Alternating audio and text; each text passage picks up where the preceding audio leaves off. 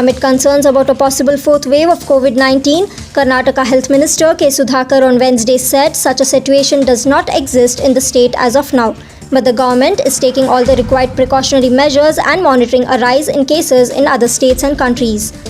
He advised people to continue to wear masks, especially at indoor gatherings, as a precautionary measure to control any new spread of infection. Sudhakar said there is a report that the number of COVID infections have increased in Delhi and a few other North Indian states in the last 2 weeks. But such a situation does not exist in Karnataka. We are closely monitoring things. Speaking to reporters, he said tests are being conducted and genomic sequencing is being done as per norms to identify the variant.